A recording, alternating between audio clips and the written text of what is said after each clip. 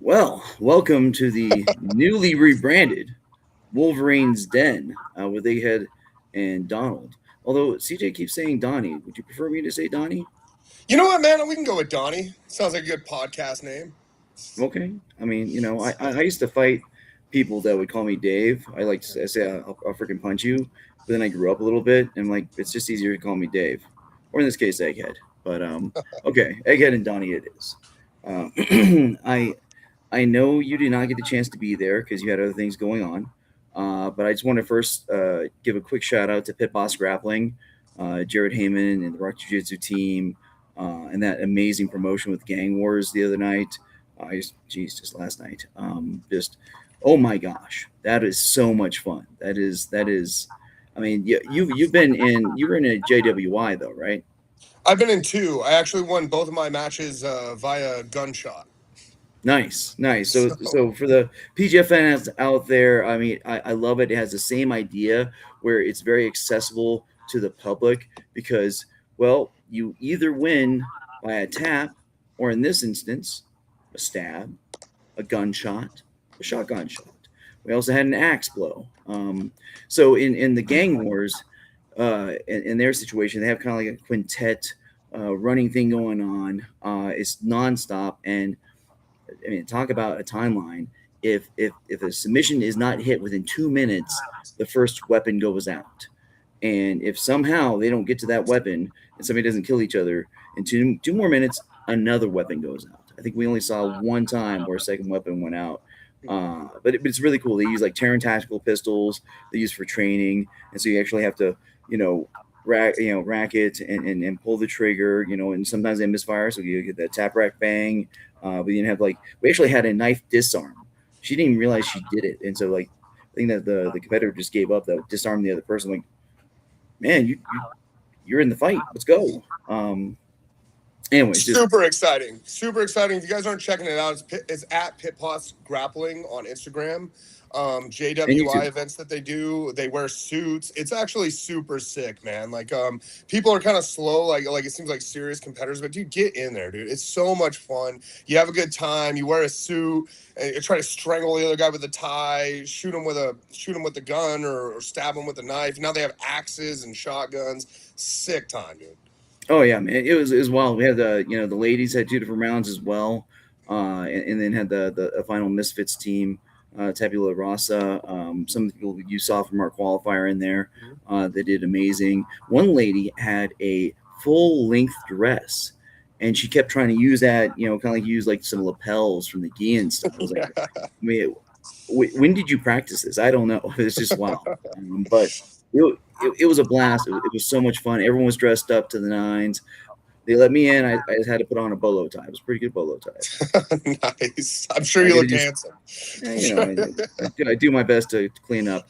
Hey, but just wanted to give a quick shout out because it's such an amazing thing. If you guys follow Pit Boss Grappling, if you're in the Colorado area or can get out here, it's so much fun. Gang Wars, JWI, good lord, that is such a blast. So check it out. But more importantly, we got some PGF business to do right now. Possibly, well, some past and maybe future Colorado Wolverines business here to do. We'll figure this out. So, if you're PGF fans and you're watching this show, you probably know we had a qualifier a handful of weeks ago. Amazing success. Really felt like we brought Colorado together. I mean, is that kind of the feeling everyone got, Donnie? Huh? I mean, just I think it was a beautiful thing because so many different, you know, teams, gyms had different people there, and it was everyone was really just uplifting of everyone else, kind of celebrating the idea that we'd all be a part of the PGF and have this opportunity for everyone. Look, Egg, it was the most coolest thing I've ever been a part of. I mean, straight up. I mean, not to play games or pretend like anything like that.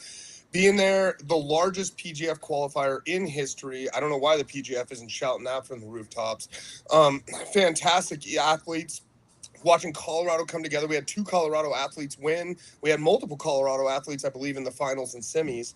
Hmm. Just fantastic, man. The energy. I I would ref that event for the rest of eternity. I had the front row seat. It was such a great time. It was incredible watching all these athletes just put it all out there and really just come and get it. Fantastic. And all the athletes were saying great things about you, Donald, or Donnie, however you want to do it. But I mean, you were like you had a little bit of PJ in that Secret Service agent in there. I know at least one time you had to throw your body in front of the commissioner, Brandon McCatherine, to save him and his laptop. And they didn't clip me. I was very upset about that. I get on that PGF Clippers. Okay, but with I think probably a little biased, but the best PGF qualifier in history. We 100%. had somebody who just might have had the best qualifier performance in history. A man, Undertaker had, I guess. But I would just say this: I think out of the finals, which is kind of wild, we had, I think, only 2 submissions out of all 5 weight classes, and one of them belonged to this man. And I'm just gonna say that, well, we'll bring him on here, then we'll talk. We'll talk to his face. But without further ado, you know who's going to come on here. We have Aaron Tiegs. Woo! So I'm going to talk. I'm going to just give you a little more. Talking you up a little bit. Not that you really need it, but man, your jiu-jitsu is beautiful. I mean, you took on everyone. We don't know how much experience you have with the PGF, but we have a competitor that was renowned for never breathing through his mouth for multiple seasons. I don't think you broke a sweat out there. Talking His about hair was perfectly coiffed. Yes, it was very nice. He didn't have to do the tacket like fixing or anything. It just stayed that way. I mean, talking about Pit Boss Grappling, the promoter of that, Jared Heyman. You took out in the second round, and he just, because I trained there some, and he just can't stop talking about you. And we all agree, like, one, I mean, you're obviously a larger gentleman, but your jiu-jitsu is just beautiful. You use technique. I mean, you use, like, got some of that old school, but you have no problems dealing with the new school. Just, for everyone that does not know about Aaron Tiegs, who won the 205 qualifier, tell them a little bit about yourselves. Yeah, thanks for having me. Yeah, I've been training for a very long time. I started at 8 years old, and just started falling in love with jiu-jitsu in my early teens, and decided this was something I wanted to try and make a living doing. And yeah, so I feel like I have a small man's jiu-jitsu, that I've grown into a big man. And so it's I think sometimes it's a little bit of a surprise to people. Just my game is just a little bit different sometimes than what people might be used to in that weight class in particular. And yeah, I love the art. I love jiu-jitsu. I've been pushing for a very long time to get better and get better and get better. And now is a good time to start breaking through the ranks a little bit more. No, 100%. I love it. I mean, you're talking about having a small man's jiu-jitsu game. I mean, I kind of compare a little bit your game, and maybe I should compare his game to yours, but to Rafa Ferreira, who was in season 8, our 155-man bracket, where this guy, just kind of the same situation, just like traditional, but just flowy jiu-jitsu. Oh, okay, you're going to stop this? All right, well, now I have this avenue available to me because of how you reacted. Just like, again, just constantly moving, constantly, finding the path of least resistance on your way to breaking people, which I thought was beautiful. Yeah, thank you. Yeah, when I was about like 12, 13, my dad was in the military, so we moved around a lot.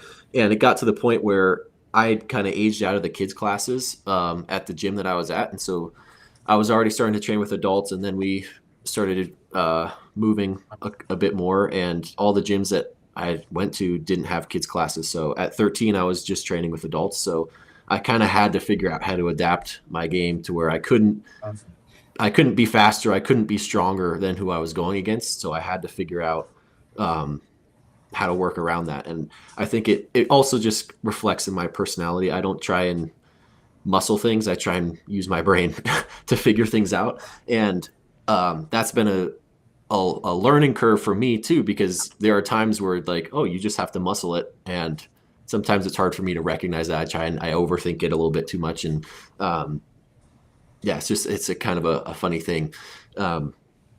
So yeah, I've grown into my strength. I've grown into my ability to be physical, and I have that as an asset, but it's not what I rely on. Donnie, I think you got something. No, man. So, dude, Aaron, it's not even just that. Your jujitsu, I love watching people that can come in, right? Because, there's this huge leg locker meta. There's all this stuff that's going on. But to watch somebody like effortlessly navigate the legs, create back exposure, submit people from, from the back, from arm bars, all this other stuff. It's so nice to see in this day and age. Because, it's like, I was listening to a podcast today, the Rogan one with Danaher on it, right? Where he talks about, like, the simplistic steps of jujitsu, right? You take your opponent down, you pass the dangerous legs, you run through a hierarchy of pins, and then you submit them.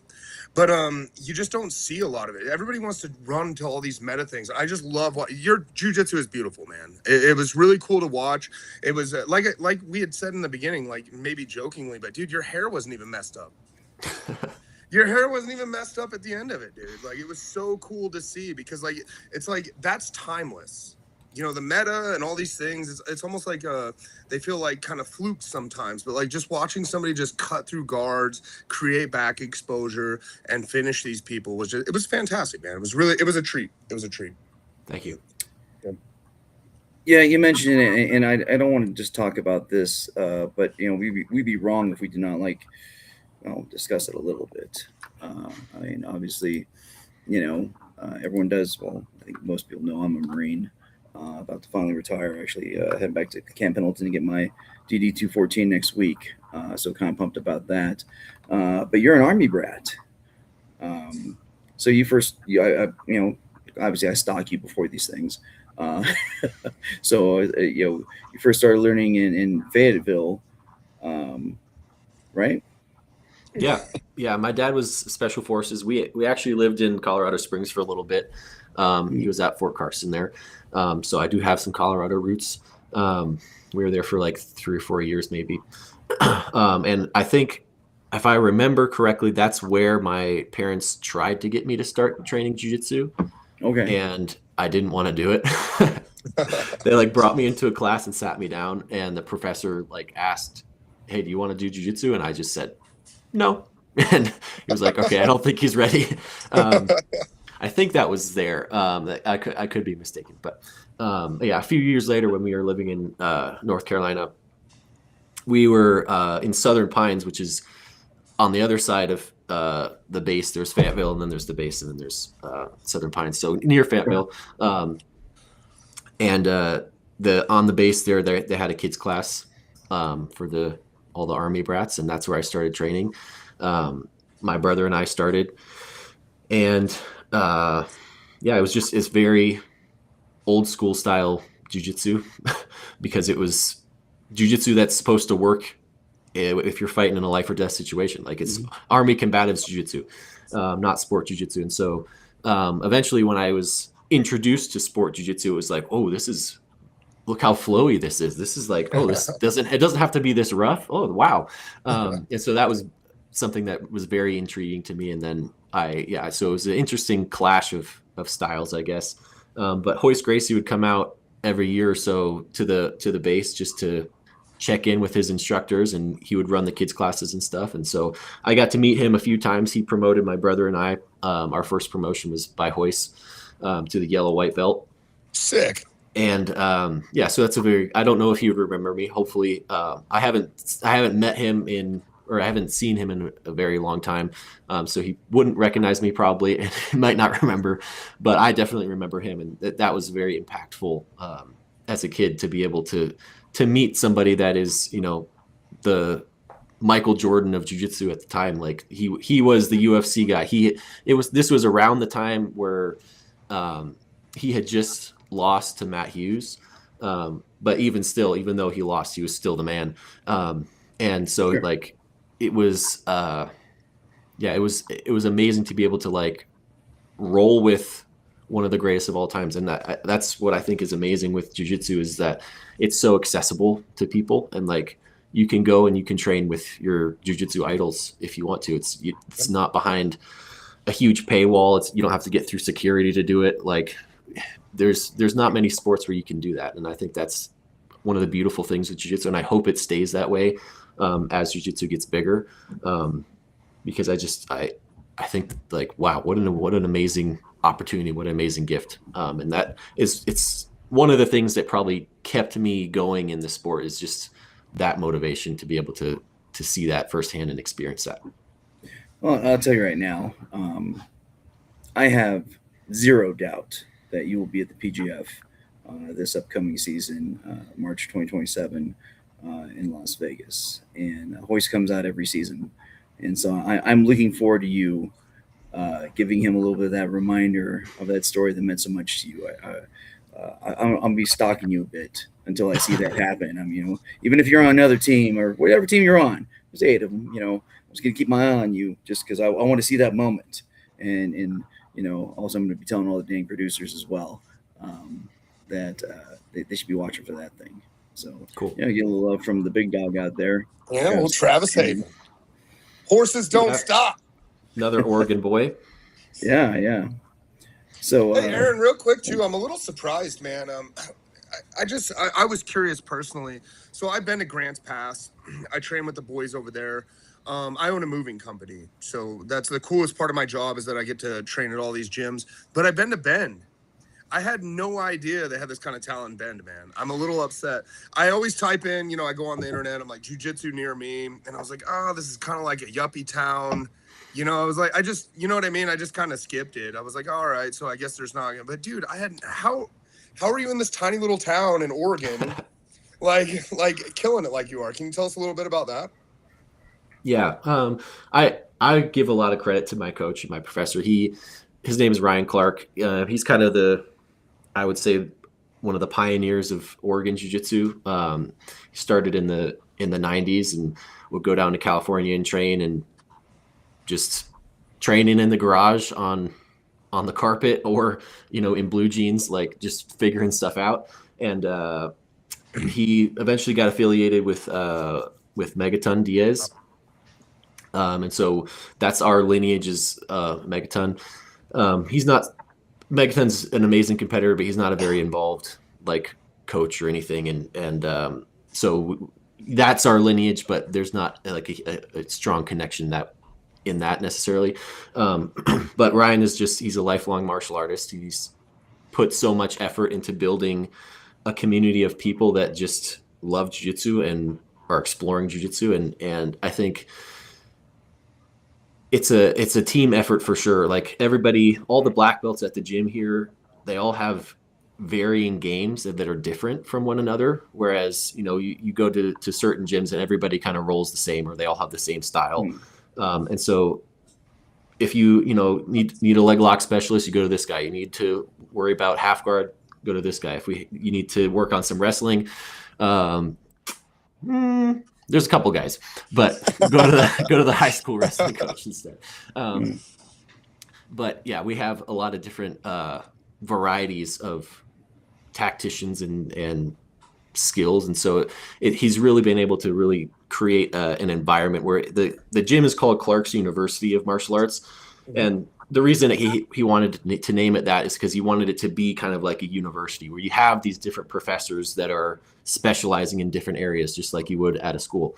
And so he teaches. We do jiu-jitsu. We also do Muay Thai, and then we do Filipino martial arts like Kali and working with knives and sticks and that sort of thing. I've dabbled a little bit in the knife stuff, just a little bit here and there. It's a whole other animal. It takes another lifetime to learn. And I did Muay Thai kickboxing for close to 10 years probably in total. But I love jiu-jitsu, and that's where I just decided to hone and put all my focus in the last probably 7-8 years. Just really kind of trying to hyper focus on that and trying to get as good as I can. I'm super inspired by Hodger Gracie and Lovato Jr. and more recently Adam Orzinski, just in the way that they hold themselves as people, but also the way that they were able to kind of break through without having to train at one of these jiu-jitsu hubs. They kind of trained at home gyms with people that just love doing jiu-jitsu, and then they'd go travel and they'd do camps and stuff at places with, the best in the world. But most of their training is done with just random people that like jiu-jitsu. And I think you can get really, really good there with a certain level of intention.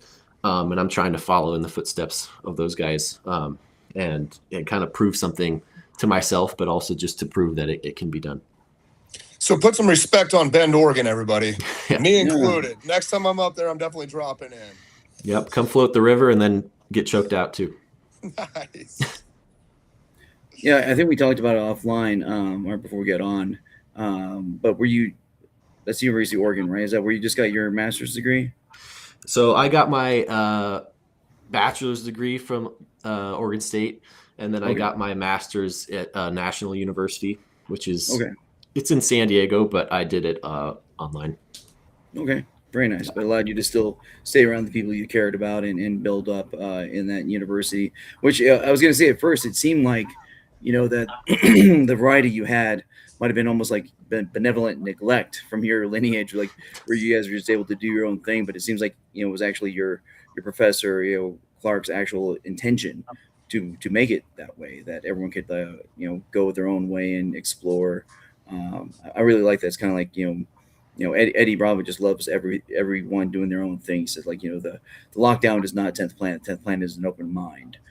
So I love that kind of like martial arts viewpoint. And when you're saying about sports jiu-jitsu, it's like you learn the martial with your dad in the army, but then you got to see a little bit of, now you're kind of having some fun with the arts part of it. Yeah, exactly. Yeah. Another thing I really loved, and I heard from another podcast you did, you talk about the fact that our sport, our art, you can still practice and interact with those people at the highest levels. But I think another great thing is allows you to meet other people, like Donnie's talking about. He can go anywhere, moving, and he can instantly be talking to people, have that relationship. Because you spent some time overseas. I think it was in Israel, and it surprised me because I think I've heard you did jujitsu there. But my son first started in Krav Maga. I was surprised you didn't. Did you get to do any Krav Maga, or you just found the jiu-jitsu guys there and that was your crew? No, yeah, we found jiu-jitsu and kind of stuck with it. I got my blue belt in Israel actually, because I went through the kids belts, and then I was an orange belt, and then I turned 16, so I went to white belt, and so I was the most dangerous white belt in the world for 6 months maybe, and then I got my blue belt.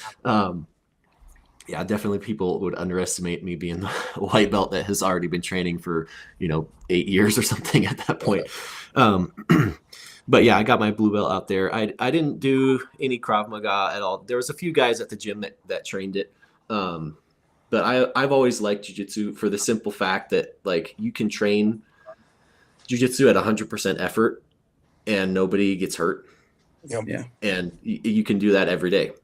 And yeah, injuries and stuff happen, but it's an amazing thing to be able to develop skills that way. And even with Thai boxing, I like boxing, I like Thai boxing, I like doing MMA and stuff, but you can't spar it out every day, and you can't actually fully apply it every day. And hitting the mitts and stuff is fun, hitting the bag is fun, but it's just not quite the same as what I feel like you can get out of jiu-jitsu. And I think Krav Maga is kind of the same thing. There's a lot of theoretical things of well, I would hit you like this, and then I would do this, and then I would do this. And it's hard to figure out okay, well, how are you going to develop your ability to do that you can talk about it, but just I can't remember who said it, but everybody has a plan until they get punched in the face, Mike Tyson. Yeah, Mike Tyson.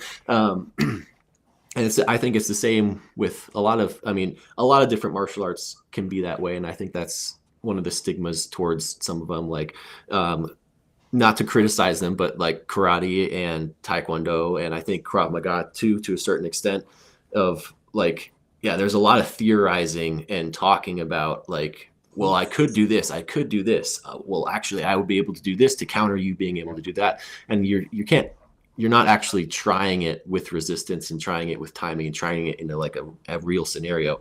And so, yes, I think there's beauty in all those arts, and I think there's a place for those, but Jiu-jitsu is where it's at, I think. I think it we can takes us back. criticize them just a little bit, right? You know, like Well, you can, but it takes us right back to Hoist. They all had their chance. Yep. We had that Street Fighter, the blood ninja sport. guy. Yeah, you had the blood sport option. Right back, Everyone boys. got to come out there, and that's how it all started. That's how Hoist made the name for jiu-jitsu worldwide. Was just everyone had their shot, and he's like, no, this skinny Brazilian dude's gonna take everyone, and he's wearing a gi, so watch out. Yep. Yep. No, loved it. And again, I still do love that idea that you can you showed it. I mean, you were a teenager, which can be a tough time in a foreign country, but you found your crew. Just like, hey, Yep. find the jiu-jitsu gym, and I got my people. Yeah, and it's really, I think jiu-jitsu is a language in and of itself too. Like, and just like with the language, you got to practice it. Otherwise, you kind of forget how to speak it, And yeah, it's cool. I've traveled a little bit. I was in Italy a few years ago too, and found a gym to go train at, and I had no idea what anyone was saying, but we could communicate by just rolling and doing jiu-jitsu. And it's kind of a cool thing to be able to just immediately trust someone with your body to not mangle you and not put you unconscious. And like, yeah, the trust that you build through jiu-jitsu is kind of cool, because all of a sudden, like, I trust this guy with my life. I don't even know what his name is. I don't even speak his language, but all of a sudden that's how I feel. It's kind of a cool thing. No, 100%. It's beautiful. I mean, you could have, the jiu-jitsu gym is like the melting pot of America. I went to when I was in North Carolina. I was over at Cherry Point, a little bit more towards the coast, and I was at Moreno Jiu-Jitsu there. And almost half the guys were dang doctors. And you can have cops there. You can have druggies they just busted. Yep. You can have all kinds of engineers. Guys getting done with construction crew, cleaning up. Boom, they're coming right to work. You might taking off their high vis vests. I've seen that, or guys put them on after class. It's for everyone. It's pretty amazing. Yeah, it's super cool. So, I mean, we could talk. Well, I guess how about you've competed a whole lot. Let's just say that. Submission underground, ADCC, both opens and trials, IBGF worlds, all over the place. We could talk a long time about all your different matches because you've been doing this for a hot minute. I guess what would you want the listeners, the PGF fans, they're going to get to know you, and maybe the owners to know about your competitions in the past? Yeah, I think a submission only rule set is really where I thrive the most, and I thrive when people try and do jiu-jitsu. And there's a lot of rule sets where jiu-jitsu is not really encouraged, and it's more so you're playing a rule set, you're playing a specific game, and there are people that can totally override that just because they're exceptionally skilled, and it doesn't matter what you do, those people will tap you out and get you. But it can be really, really difficult, and I think where I've struggled in the past is those situations where it's somebody that doesn't really want to do jiu-jitsu. They just want to game the system and work around it.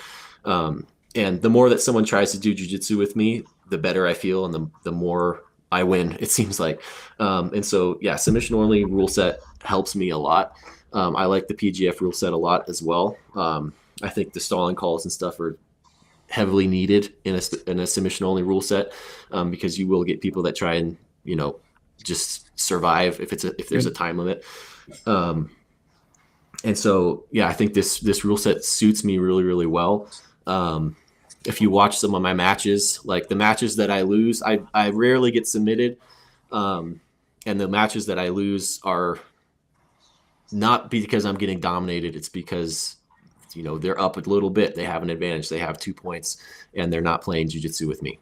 And so I think that's something to look at. I've been working on developing that and being able to counteract that a lot. but it would be nice to not have to worry about that and just go into this kind of rule set. So yeah, that's what I'd say about that. Yeah, jujitsuing the anti-jujitsu, because that, yeah, you're right. That oh man, that's the worst. Get up on points from like a takedown or some crap, and then you just stall out the whole thing. Or I've said this many times. I don't know what the hell an advantage is. I pray to God I never do. I don't want to be in a world where I know what an advantage Yeah. is. Nobody knows because it's so subjective. Some referees will That's score it one way, some will. Yeah, it doesn't make sense to me. I've been on an IBJJF kick for the last couple of years, and it's so preposterous. Is the advantage just for if it's your friend? I don't know. I'm trying to submit the guy. He got an advantage. He somehow won. I don't know for what. But No, but you're right. I mean, I think it's exactly what we're talking about with seeing you at the qualifier. People knew, and I put the message out loud and clear before we started that dang tournament. Like, hey, you got to go for it. If you're not going to go for it, just go home now. And I think everyone listened, and that allowed you to show your amazing jiu-jitsu because everyone was really trying. And the PGF season, that it's even more so because in this bracket, at a qualifier, somebody's got to go ahead. As much as sometimes I tell people they're both losing, and I might just tell you both out, can't really do that. But in the PGF itself, a draw is a loss because you get 10 matches. At most you get 10 matches to stake your claim for your team and for yourself as the best person at 205, but also for your team to make those points and hopefully earn that 100 grand. Yeah, I think you're gonna love it. The last 30 seconds of a PGF match, I think, are some of the most exciting 30 seconds you'll ever see in jiu-jitsu because people are just winging it, just whatever I can get, just grip it and rip it, whatever I can find, because there's that urgency, that sense of urgency that time's running out. So you've gone lighter weights, I mean, but you're a big guy, so is this going to be allowing you to just hit the weights a little bit more, or is this like going to allow you to just wrestle more like your steady state weight, or what do you think there with the weight class? I like the weight class for me. I've been getting bigger as I've been getting older. Like my brain stopped growing.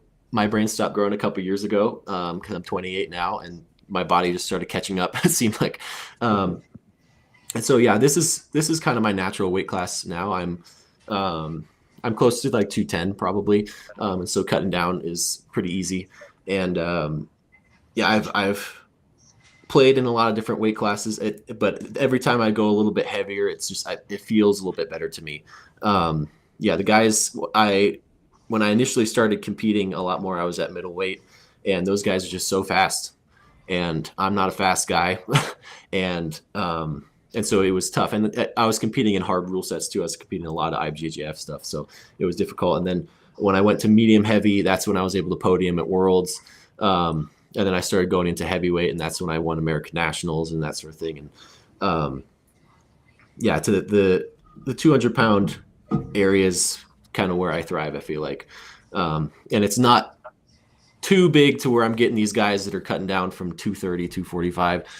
Maybe there's a few that are crazy enough to do that, to drop down to 205. But it's a close enough weight class to where it seems like most of the guys are kind of walking around at that same weight too. And so it doesn't seem like there's a huge discrepancy. Whereas I feel like sometimes the 185 guys, those guys are 200 pounds and they're dropping down. And so it's kind of an interesting. I do that. Yeah. Yeah. Well, I mean, the nice thing there is I think we've seen from a number of different athletes that when you go around your actual weight, it just keeps your cardio up. You have more gas tank, and it's only 6 minutes, but it's almost like that wrestling term that it's a 6 minute war. I mean, it's a sprint, and now we're only doing 2 matches a night as opposed to 3, but still, both of those can be huge adrenaline dumps. And what am I saying? You're freaking, getting your master's psychology, well better than me. Actually, maybe we should talk about that a little bit. Right. I'm going a little Absolutely. bit off script of the stuff we're going to talk about, but how so I guess you just got your master's psychology. Did you study that in undergrad as well? Yeah, so I got my bachelor's in psychology and then my master's in sports psychology.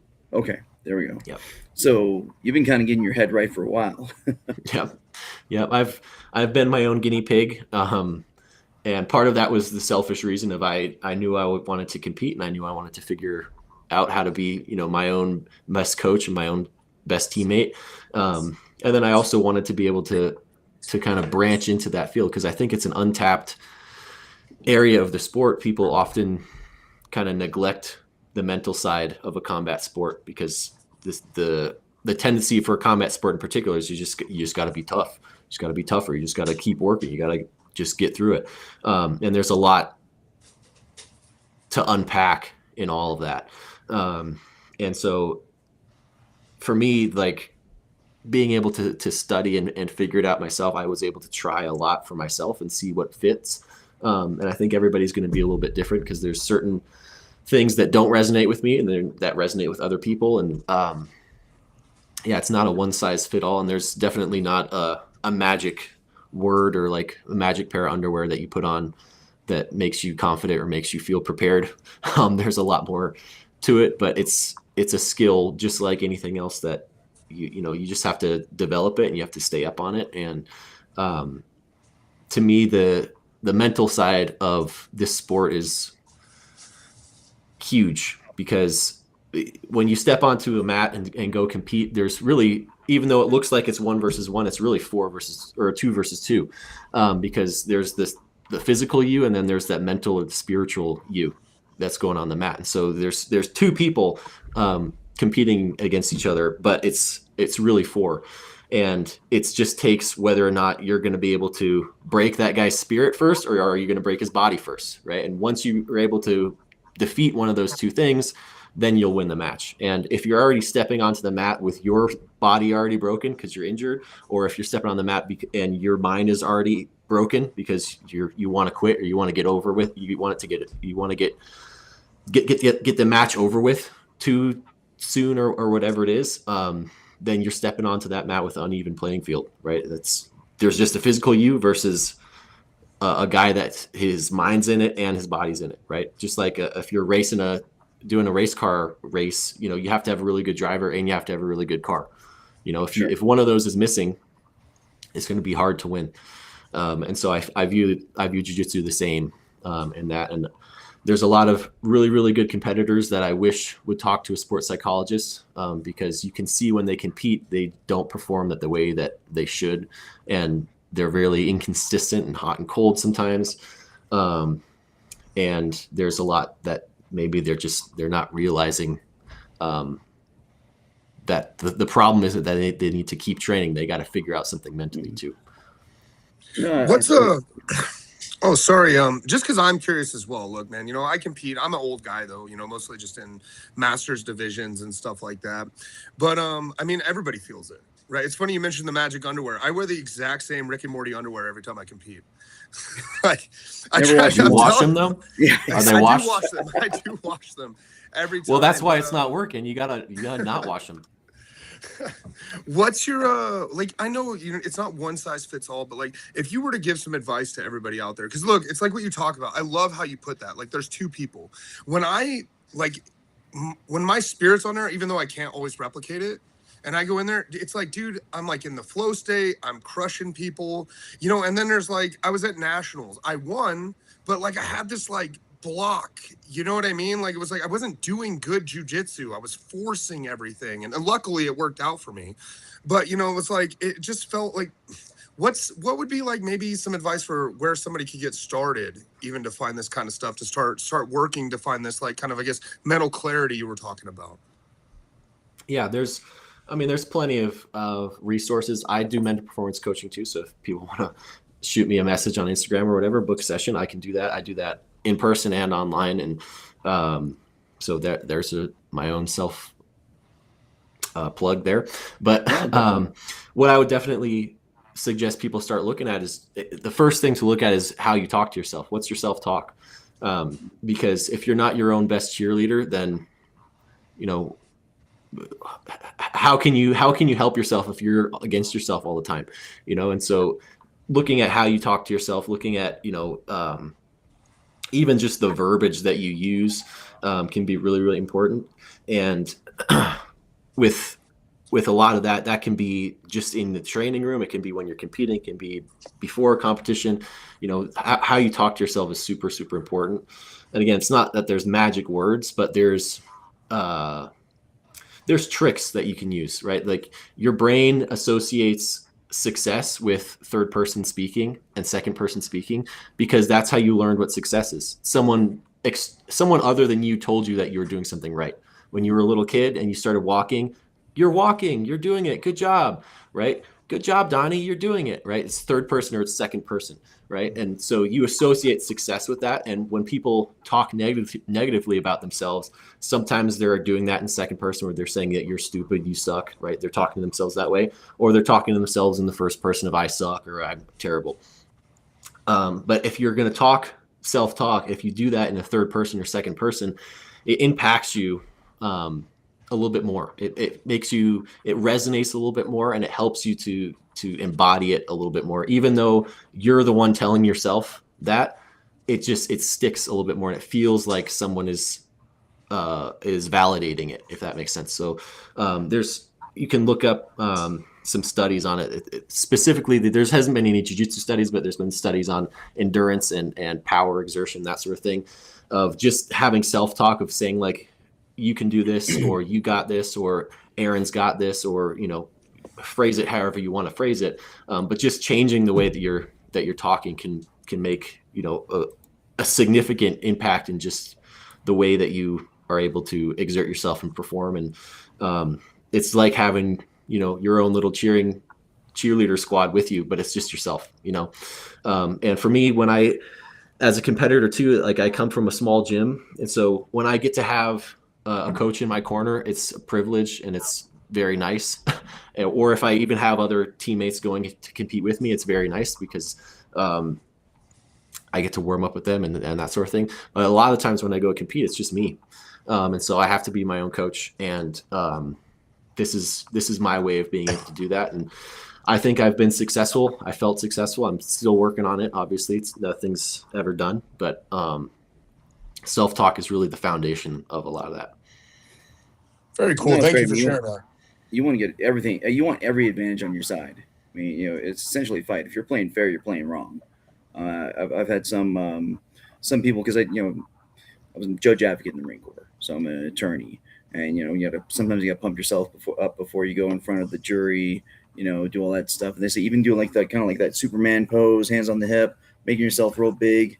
That can trick your body too, to give you those right endorphins in your body, your mind in the right space. There's all kinds of things like that, which, I mean, again, I've just been told these things by people like yourself. Just a few things. It's almost like people teaching you jiu-jitsu. Every little coach has their own little tidbits that can resonate with you. So some of those things have stuck. I mean, just selfishly as an owner and a guy that's looking at folks, having somebody like you on the team that can help that guy that's going through some stuff could be huge. I mean, I'm not sure. Well, we'll talk about the PGF here in a second, but if you watched last season, we had a rough go of it the first 2 weeks. But the guys, they came back together. I mean, yeah, I would never say they never really fell apart, but they clung to each other, and because of that, and their belief in each other, and I think also our current coach, Officer Grimy. Some people call him Commander Grimy, but Jonathan Wilson getting in there. General Grimy. Hey, there we go. I'll promote him. I think I have that power in Wolverine, the Wolverine force. So however he wants to be, but yeah, I mean, he really stepped up, and a lot of guys, again, they all stepped up together, and it really, I think, bonded as a family. It was pretty dang amazing. But man, it would have been nice to have a master's of sports psychology in there. Yeah. Maybe we could start to come back in week 2 as opposed to week 3. Yeah, maybe next year. Yeah, well, we'll see. So talking about getting ready for next year, obviously you came in the PGF itself, not even us, but I'll say it, most freaking impressive person at the qualifier period. And I often do what my wife says, but she said to already sign you. She's like, "What are you doing? Why is he leaving right now?" I'm not showing you my I said card. the same thing. I said the same. trying to keep some suspense here. It starts in March. Dang it! Come on, and let's talk to him. Let's woo him a little bit. Let's have a little back and forth, little romance or something. Come on here. I don't know. But so I think I know the answer to this. A little birdie called Officer Grimy said he's the one that told you about the qualifier. Is that right? Yep. Okay. Yep. So what do you do that got you convinced that you should come out for it? Yeah, I've known Jonathan for a few years now. I've only trained with him a handful of times, but I used to do some work out in Colorado, and I went out and trained with him, and then I see him at competitions and stuff all the time. And he's somebody that I don't know him not all that well, but he's had a really positive impact on me, and I really like his team. I really like the people that he associates with. And I've been looking at PGF and been interested in it for a while. And I never really understood exactly like how to get on and what everything entails. And so just seeing that qualifiers are starting to happen, I was like, okay, well that seems interesting. That seems like something I would be interested in doing. And then the one in Colorado popped up, and he sent me a message, and I was like, yeah, that's an easy one. There's a direct flight from Bend to Colorado, so that's easy. And so yeah, I like competing in Colorado. Here we're at like 3,500 feet. So competing in Mile High City is not all that different. And I like the climate there. It's nice to compete there. Same with Vegas. I think I like a dry. I like being dry when we're competing. I don't want to be swimming on the mat like if you're down south too much, or especially on the East Coast. And so like it was, yeah. As far as like places to go compete, if it's in Denver, I'm like, yeah, I'm definitely going to go do that. Yeah, I love it. I'll tell you right now, because I went in before the finale of PGF season 2. That week before I went and trained out in 10th Planet Decatur. You got to bring a gallon of water for each practice, and you could hydroplane just like do like a run and just across the whole mats. It is wild. So it's a little bit drier here, so it's good. That'll be good for you. So, I mean, you came in. Was there anyone you were worried about? I mean, because we did say your hair did not get very messy. I don't think it got messy at all. Yeah, I mean, the person I was worried about the most was myself, and making sure that I was going to show up. And I say that kind of jokingly, but it's also a serious thing. Like anytime I go and compete, the thing I'm most worried about is myself, because I'm the thing I can control the most. And so I just want to make sure that I have a handle on how I prepare, how I feel when I'm getting ready to go, and make sure I'm not, self-sabotaging in some sort of way. That's like that kind of thing. Yeah, going into the matches, there's a few good guys in there. I know I haven't competed against Brandon George. I've competed with quite a few different of the Kingsways guys, and I've went and trained with Danaher when he was at Roca. And so I'm familiar with that style of game, and there's a certain level of pedigree and a certain level of intimidation with anybody that is associated with Danaher or Gordon. And so obviously that's someone where you're like, ooh, what's going to happen? What's going to happen? But I try not to get too hyper fixated on my opponents. I'll game plan for people and I'll figure things out. But really, if I feel like I'm trying to worry about their game too much, that I'm already making a mistake. What I need to worry about is what I can control. And if I can keep them playing my game and I can force them back into areas that I feel comfortable, then that's where I'm going to be able to thrive. And so that was kind of my focus going into this. The whole competition was, can I just exert my will and play my game as much as possible and not play into, what other people want to play. And a lot of guys want to play into the legs. I know how to play into the legs, but that's not my game. I'd much rather do the old school jiu-jitsu. I'd much rather pass your guard, take your back, mount you.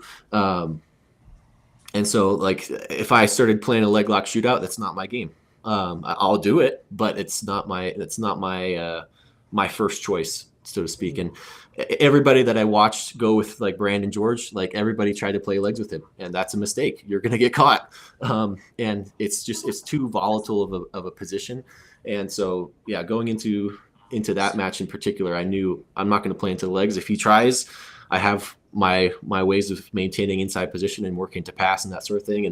And I knew if he was going to get into the legs, I was going to take his back at some point.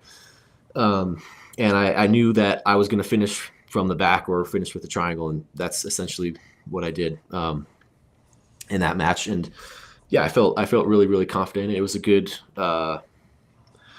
test in a lot of those matches to just feel like, okay, I feel like I arrived on that on the mats that day, and I feel very, very happy with my performance. You certainly look like you arrived. That's for sure. I mean, I think we were joking about this before we got on live, but there was a competitor, Noah, from a number of seasons when we first started the PGF. He was renowned for never breathing through his mouth. I don't know if I noticed you breathing through your mouth at all, but we already talked about your hair being not askew at all. Man, you just look so composed, like flowy, and I mean, you said about forcing people into your game, but it seemed like you just. I mean, I know it wasn't, but it seemed effortless. I mean, you took out George in less than 2 minutes. Were you just in that flow state, or was there more? Were you that duck on the water where you just like so cool on top, but the legs are going like crazy below? What was it like? I like that, Egg. That's a good idea. Yeah, that's a good analogy. Yeah, I think it always is kind of like that. And again, when you're thinking of like mental performance, people cope with stress in different ways. It's hard to tell if I'm stressed a lot of times because I'm just kind of a quiet person all the time. And so, yeah, every time I go and compete, there's stress. And I never, if I feel like I'm not stressed, then I get worried about that because competing is something I care about and performing is something that I care about. And so if it feels like I don't care, then that should be a really big red flag. And so I think for me, it's important to like know how to utilize what your body's trying to do. Stress and anxiety and the adrenaline dump, it's all designed for you to go into action and go into battle and go into war. And so the more that if you're feeling those emotions, the more that you try and suppress it, you're doing a disservice. It's like you're just revving the engine. You got to let the car move. And so for me, if I'm feeling stress and that sort of thing, I try and move through that. I try and let it do its thing. I try it and let it prepare me. I try and let it make me ready for battle. And so that kind of helps me to stay calm, just recognizing that, yeah, everything I'm feeling right now is how I should be feeling. And I'm not worried about not feeling this because this is how I should feel. And so that brings a level of calmness to my game. And I think just in general too, I like flowy jiu-jitsu. I like effortless looking jiu-jitsu. And so I try and emulate that the most I can. And yeah, when I was saying forcing someone into my game, it's definitely not a physical forcing. It's a strategic marionette mind game of forcing someone into my style and kind of playing the puppet master, kind of playing like the guy from Saw a little bit. You get that black belt stuff where you just like bait people into things and they take the bait and then they fall into your trap, all that stuff. Yeah. I mean, you're talking about the self-talk, and this might be just kind of out of nowhere, but the FBI negotiator, Voss, has that book, Never Split the Difference, where you can calm things down if you just like give it a name of what people are feeling. Is that something that you do? You do that self-talk of, hey, you're anxious, but you should be because this match matters. Is that something you do? Yeah, definitely. Yeah, and that's again when you're talking about the self-talk, that's exactly like observe what you're feeling and not that you have to validate it, but observe it and recognize that it's there, right? The more that you try and like push it down and bottle it up when it's trying to come out, like you're just creating pressure that doesn't need to be there, Sure. And so, yeah, that kind of thing. I haven't read that book, but I've listened to a lot of his podcasts. I love a lot of the things that he has to say. And so, yeah, that definitely resonates. I'm curious as a competitor, and maybe for other people who will listen to this, man. I've tried that too, right? Where like I'm like, because I've heard that before, right? Like, oh, you got to sit with it, you got to. But then like my hand, like all of a sudden my arms feel heavy, and like I'm trying to sit with it, and then it like just takes over my body, and I start freezing. Like, do you know what I'm talking about? Like, I mean, obviously you've been competing a lot longer than me. I obviously you've worked through it, but it's like, man, it's like I try to sit with it, and it, like what do you do when it comes to that point when you're sitting with it? Are you is that like when you're warming up or taking a walk, or is that when you're really reinforcing the self-talk? Like what is it that moves you through that portion? Yeah, it all depends on when it's happening. If it's before a competition, or if it's during, you're in the bullpen waiting to go, or if it's a week before or the night before. Like there's different protocols and different things, and again, everybody's going to resonate with certain things. But to me, You're in that's the bullpen. You're in okay. the bullpen. You're about to go. Yeah. Okay, so to me, that's a perfect time to be moving and like kind of getting your getting the juices flowing, moving around. And you can do that however you want to do that.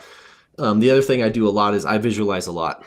And like, especially if I'm feeling like anxious or stressed, I try and figure out what am I anxious about.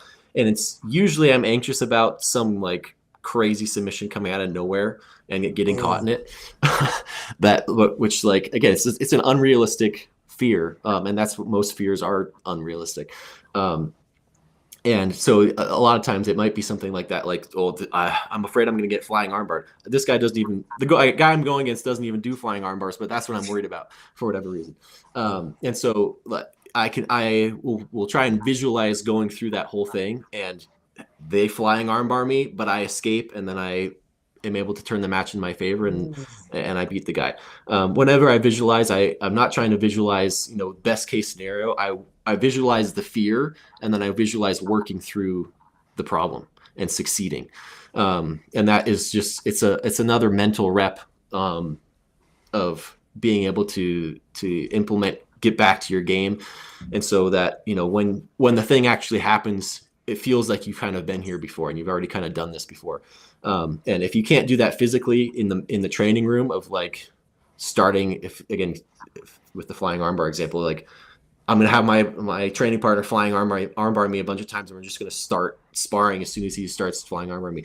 Like that's the physical way of doing it, but you can also do it mentally through visualization, that sort of thing. And so, yeah, when you're feeling those nerves, like see if you can pinpoint what they're about. And if it's a situation that you can visualize, definitely do that. Otherwise, I like to move a lot. I like to do EMF tapping too, which you'll tap your chest, you'll tap your head, you'll tap your right before your orbitals, and that sort of thing can kind of like help just get you back into your body if you feel like you're just getting out of control. And again, you see guys slapping their face and stuff, and that's a little too crazy for my taste, but if it works for you, do it. But yeah, hopefully that answers your question. Write this down, boys. He's putting you on game. He's putting us on game. All right. Yeah, 100%.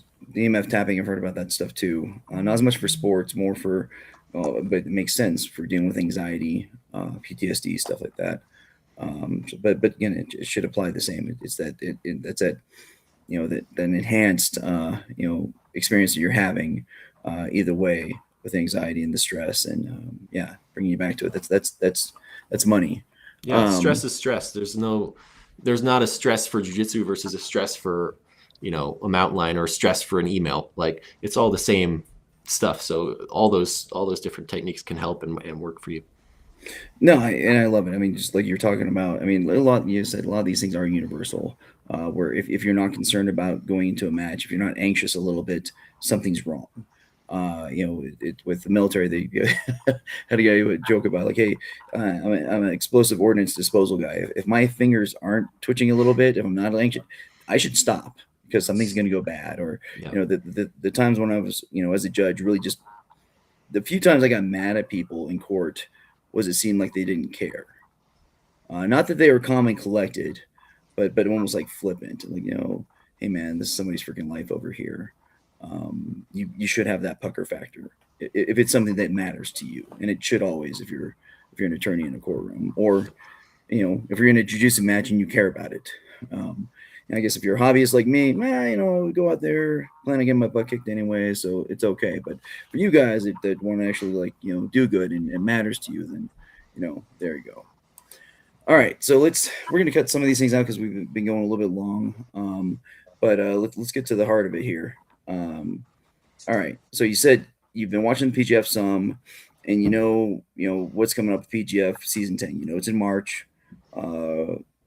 I guess give you a little lead in. So we're gonna be on season 3 of the weekly format, and with 8 teams, we're gonna do 2 nights a week. Now you only have to compete 1, but the fans are gonna get 2, and so you're gonna get 10 matches over 10 matches over the 5 weeks, and then that leads into a 6 week playoffs amongst the top 4 teams. How does that make you feel? The psychology of having that 2 matches every week situation, because regular jiu-jitsu, you're gonna have a tournament, and then you're gonna have a month or 2, and you might have another tournament. I mean, we had the gauntlet that we had for a little bit too. That was a little wild. Like Paul Ardilla, who did 4 or 5 different dang qualifiers, so ADCC. He talked about that environment because he was like, he for almost however much time, 18 hours between matches, he really had all the stress, and then you get in there, oh, excited, and have that relief, and then boom, it's right there back again. I think I don't know. I think with the weekly format, it's kind of a little bit the same because, you get in there, you get your 2 matches, but then, now you start thinking about the next week and gearing up again. Have you thought about that? Are you excited about that? What are your thoughts about the weekly format? Yeah, I'm super excited about it. I'm someone that I've been wanting to create a season of jiu-jitsu where I have a competitive season and then I have an off season. Haven't been able to do it yet because there's just stuff year round, and I compete gi and no gi too. So it always seems like I'm getting ready for something. Mm-hmm. And so having something every week, it doesn't sound intimidating to me at all. It sounds very exciting because it's an opportunity to if there's something to improve, I get to improve it right away. I just have to wait a couple of days. That's super satisfying, as opposed to going and competing and something didn't go the way that you wanted to, and now I got to wait a month to actually be able to fix that in that environment. And so to me, that's very exciting. Just the ability to problem solve and the ability to kind of test yourself in that environment. And I think there's definitely a tactical and strategic side of things to make sure that your body can withstand that much stress and that much competition. And so it'll be satisfying to put to the test kind of what I've been working on, and with the mental side, but also just put to the test, how the weapon that I've sharpened in my body this whole time, and be able to test out my mental weapons and my physical weapons. Not to mention, you'll get to workshop every week with a group of very high level guys. Yeah. That's got to be something that just could vault your game up every week. Oh, this didn't work, and now you're there with very, really good guys from all these different weight divisions that you're getting to workshop this with. Yeah, it sounds super exciting.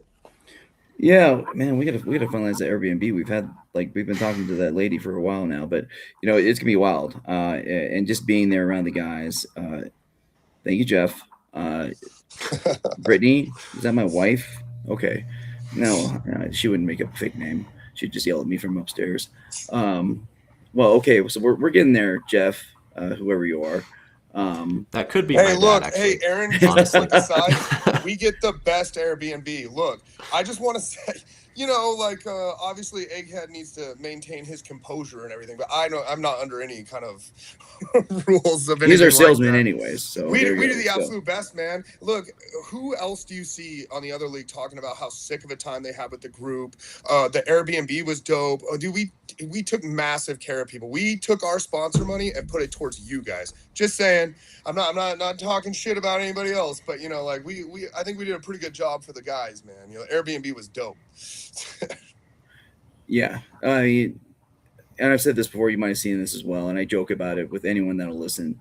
We had was it Bally.us outdoor, gave us a 27-inch fire pit. And I told him, hey, this is going to be like essential to the team because we're all cavemen and we're all going to sit around there. We're all going to talk, and that's how we're going to talk about matches. That's how we're going to bond. Grimy was cooking food on all the time, and all of our cavemen were from Colorado. It was great. I mean, but I jokingly say I actually have a wood guy in Las Vegas. I have a guy. I just got his. I got his number. I just tell him how many wheelbarrows via Venmo him, and it just arrives because these guys, if you can't see it from space, they say it's not a fire. But yeah, it was special, and it's gonna be hard because I really wanted to try to get a kind of a work from home gig, but I'm gonna be a judge again, so I'm gonna only be there for like 1 day at a time. Be there for that. Don't worry, that day will include the steak after matches. That's never Always includes a steak after matches, Aaron. That's hey. Well, like if that is your dad, your dad will tell you before you go to war. And the armed forces usually get steak and lobster. And I told him last season, like, hey, I'm not doing lobster. I don't cook lobster. I'm not screwing with that crap. But I'll cook you steak. Do you want it like Marine Corps right before you go to battle, or you want it after? And then some of the guys are still fighting the weight a little bit, and I think it was Jaden said, "Hey, we want to earn it." So I was like, "Okay, well then we'll do it after." And yeah, it helps. Even like those first 2 weeks when we just had that silver lining. Can't confirm. Yeah, we do the steak hack. We go to Costco, get the whole loin, cut it up. It's good, but it helps soften the blow when we're all like breaking the bread together, family style meal, and we're all cooking up sides and grilling it around the fire. That's something that's always going to stay. That matters. Okay, I know we gotta get going here a little bit. So all right, there's 8 teams. I mean, obviously, present team excluded maybe. Have you been looking at who you want to be with, or have they? Well, I guess maybe have they been reaching out to you after your masterful, insane showing? Not too much. I've been kind of just waiting to see what people are interested in. Yeah, I mean, I don't have a specific preference for a team, I would say necessarily, but I definitely want to compete on a team that shares some similar values and has obviously good jiu-jitsu. All the teams are going to have good people on them.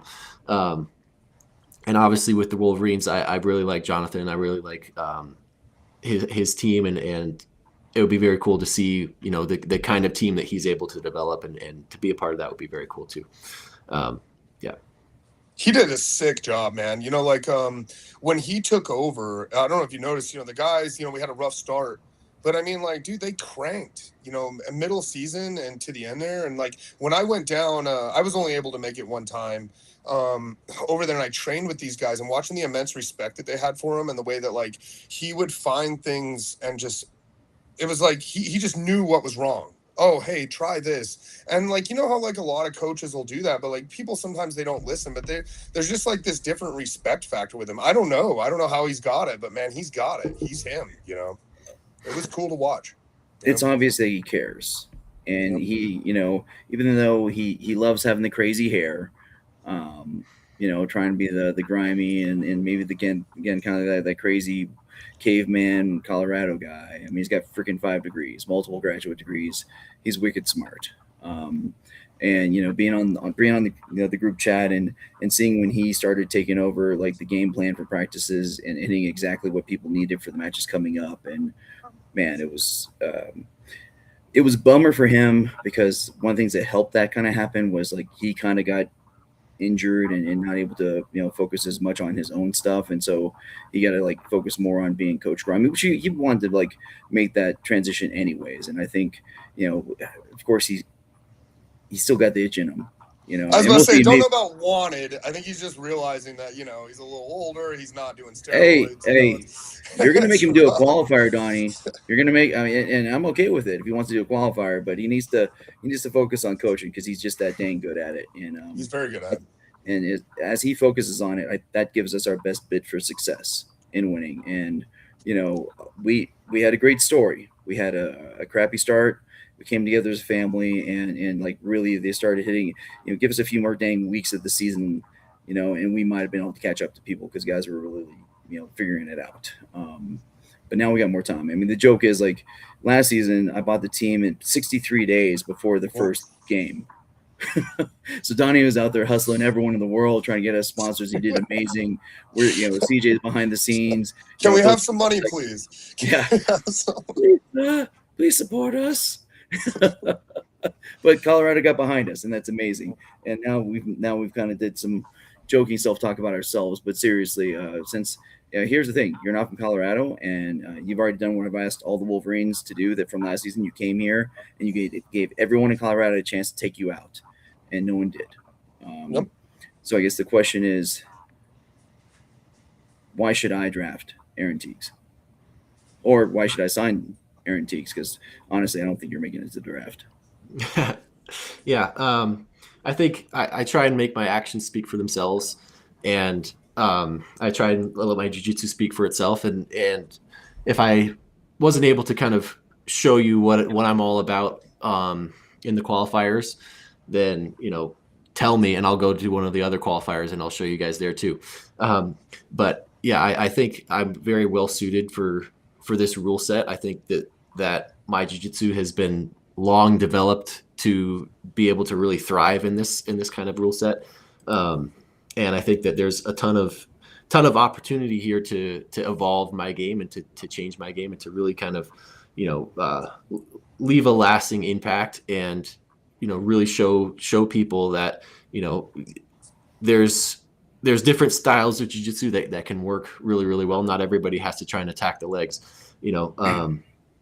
Everyone freaked out because they were ignoring 50% of the body, and now they're ignoring the 50% of the body that they were focusing on before, and so I think it's important to find that balance, and I'm here to show people that jiu-jitsu is a full body sport, and don't forget about the roots. Hey man, go. PGF a kill of 6 points. Let those guys play footsies for 3. I'll take 6. Take 6 every day. Well said, Aaron. Well said. No, I really liked it. Although you gave me an idea, which I kind of had already. And I'm not saying it's the thing yet, but since I got you here and people around here, we'll see if the fans like this idea. We're looking to do our second qualifier. I was crazy, as I always am, and I always want us to sprint, and I'm trying to kill these guys even though I don't pay them. But we were thinking about September, and I said that, and I was wrong. There was a mini revolt, and I saw the error of my ways. So we're looking at now the weekend of the 7th and 8th of November. Do you got any plans for that time? I'm not sure yet. Okay. Because we've had some other PGF vets reach out to us in your weight class that are really interested in doing a qualifier, and like possibly your father there. And I don't get crossed with a freaking Green Beret. That'd be bad, or Delta Force, and don't hurt me, sir. I'm just a lowly judge advocate. I'm not a pogue. I'm a super pogue. Or my wife. But I was thinking maybe that qualifier, that bracket in 205, if we can get you there, maybe that becomes a freaking signing bracket that whoever wins just gets signed on that spot on that day. I mean, obviously we'd have to negotiate ahead of time, because if I'm going to have you sign something, I'd want to make sure you're happy with your terms and the other people as well that are the front runners. I mean, who knows? There could be somebody else who comes out of the blue and surprises us all. I don't know. That'd be really interesting. I don't know. Here's the thing. I'm very open kimono. I'm a horrible negotiator. I tell everyone exactly what I'm thinking. I think you're freaking amazing. I love your jiu-jitsu. I love your mindset. I think you'd be an amazing part of the team. Like I said, as far as both your calm demeanor, your excellent jiu-jitsu, your flowy, old school, but like how it should be, just, go as you take what you can get and be like water, I mean, like freaking Bruce Lee said. I mean, it's freaking, it's beautiful. Ooh, maybe I should just sign you. I don't know. I'm a dumbass sometimes. But talk to your wife. Talk to your wife. But yeah, thank you, CJ. Hey, but here's the thing. If you tell, so here's the fun thing. If you're if you're dealing with detainees and you're handling them, it's not the crazy hard tactics that people think that actually get people to actually tell you what you want. It's actually just building a rapport. And surprisingly enough, because I've dealt with the human intelligence guys a bunch, been there, done that.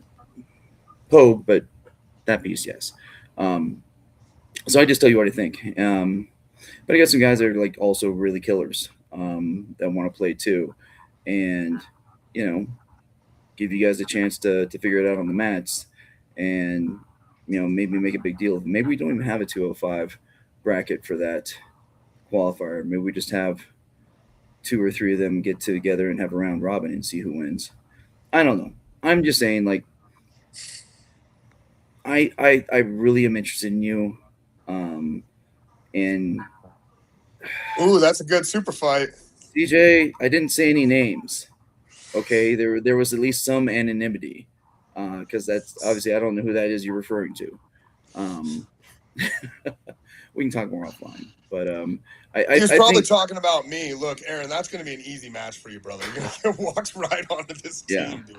yeah, just he'll now we're gonna make Donnie like stop smoking for like a week beforehand, so he'll be great. He'll be like all kinds. All right, pardon me, I just had you, and I think well maybe we ask, hey, Wolverines fans out there, would you be interested in some sort of like signing contract showdown, whether it be a round robin if there's multiple, or maybe a showcase match between Aaron and some unnamed producer CJ person out there? Let us know in the comments or reach out via the IG. I think it'd be really fun, kind of like, I mean, having a super fight for a contract. That'd be pretty cool. I think. Aaron's like, what the hell? Just sign me now. But okay, I got it. Hey man, I'm trying to trying to make some money here too. Get the fans in the stands and all. So Aaron, that's the thing. Because we wanted to be first, we had to be quick, and so the next one's gonna be a lot bigger. It's gonna be more like a tap cancer out, big event. So we are trying to make it special for everyone. Trying to have kids matches, tournaments in there, ladies tournament brackets, etc. So we're really trying to make it a big deal, bring a lot of Colorado out to it this time.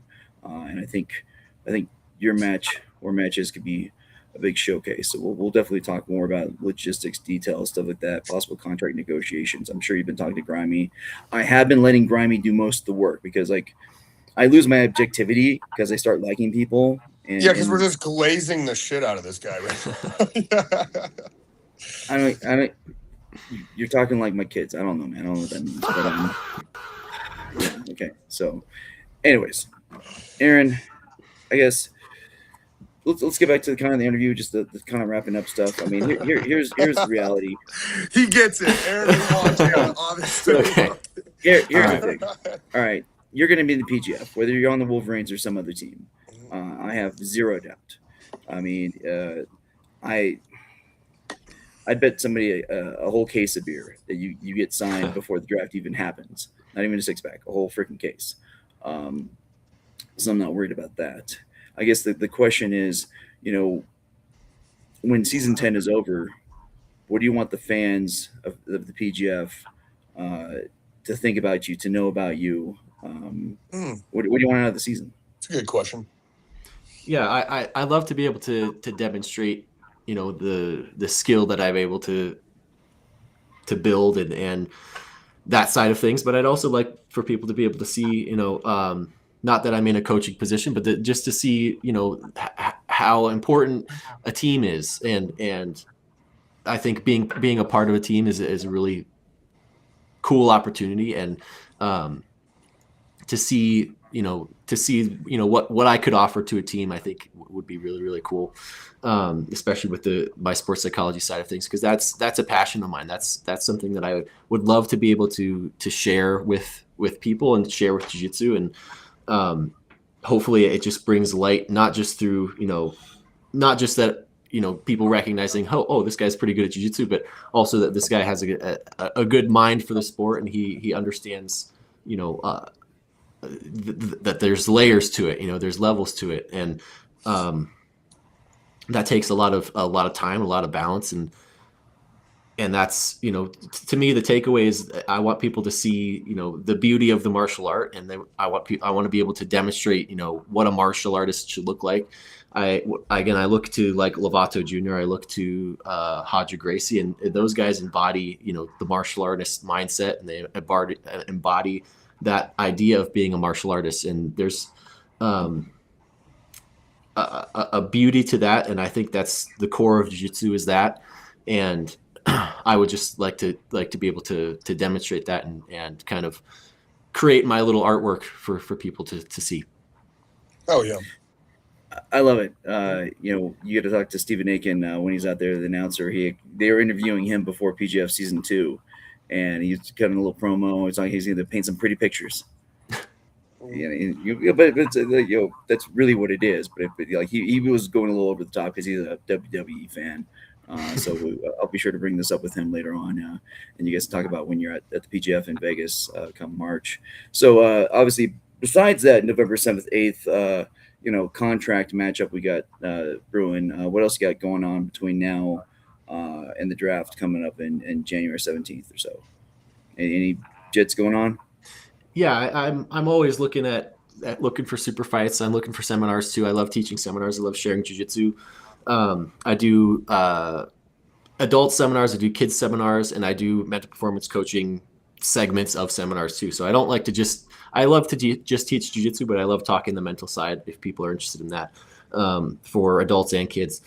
And then, I have, a few different competitions coming up. I'm competing in the Northwest Submission Challenge. I'm the 205-pound holder for that. I'm defending my title in September on the 12th.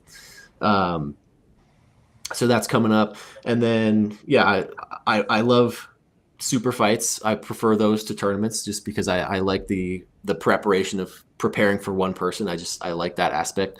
And so, I'm always looking for different super fights. Obviously, I like getting paid too to do those. So paid super fights are definitely where it's at. Teaching I love teaching seminars. I love learning just from different people. And I love being able to go to, random places and see like, oh, wow, there's really good jiu-jitsu here. I didn't expect there to be good jiu-jitsu here. And then there's some places you go where you're like, wow, that I didn't know jiu-jitsu could be that bad. But that does happen. I'm not telling you any locations there, but it's always cool to see, just the different levels of jiu-jitsu and be able to kind of share it with people, and hopefully, again, it's not that I'm a Hoist Gracie, but I love that event of him being able to come out and train with me and my brother and be able to spend time with one of the greats was super impactful for me. And if I can do that for somebody else, then that means the world to me. And again, not that I'm comparing myself to Hoist at all, but that I just love that aspect of it and being able to share jiu-jitsu. Well, the whole point of like, you're now going to be, because again, I'm assuming the sale for one of the teams, you're going to be a member of the Professional Grappling Federation. You will be a member of the professional league for jiu-jitsu. And, if you're a Colorado Wolverine, we're going to be bringing you out to freaking gyms, or I'm sure gyms around here will bring you out.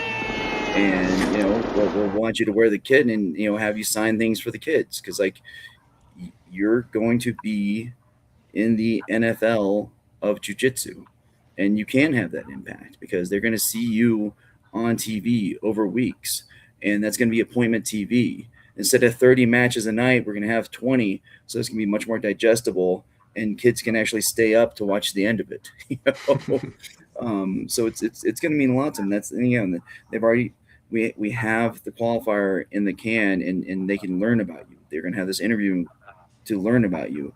And that's one of the best things about the PGF is they get to know the athletes, the competitors. Your story is being told by you right now. And I love the fact that you want to give it back, like Hoist did to you when you were a kid, that you want to give that to the other kids. And that's huge. All right. So I think we've been hitting the QR codes with your IG.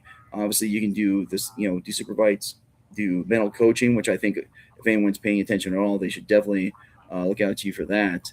And where else should they look out for you on the internet, websites, or wherever? Yeah, I'm mainly on Instagram, and I post my matches on YouTube. So if you're trying to study on how to beat me, just search up my YouTube because I post all my matches on there. Um, and then my dad works in the counter trafficking space, counter human trafficking. Their organization's called Skull Games Solutions, and we work across the United States to counter human trafficking. One of the outreaches for Skull Games is teaching jiu-jitsu, and teaching jiu-jitsu specifically to trafficking survivors and people that are at risk. And that's the side of the organization that I've been able to be a part of. And the biggest thing that we need for that is funding. Um, Everybody always asks how they can help, how they can get involved, and all we need is funding. And it's a really difficult thing to acquire, and so it's 90% of the job for them is just trying to get funding. And as soon as they get it, like all of a sudden they can make a huge impact. Like it's just the floodgates open as far as what they're able to do and the difference that they're going to be able to make. If you look at Skull Games on their website, you look on their Instagram or something, you can see the impact that they can make. And there's no other organization doing what they're doing, as far as actually making arrests, actually helping to try and solve this problem, which the problem is, it's a many-headed beast. You cut off one head and two more come up. And so it's a really daunting task, but someone has to do it, and they're doing the best job of it. But you might not have heard of them yet. And definitely, if that's a passion or something that you have a heart towards that cause, definitely look into Skull Games.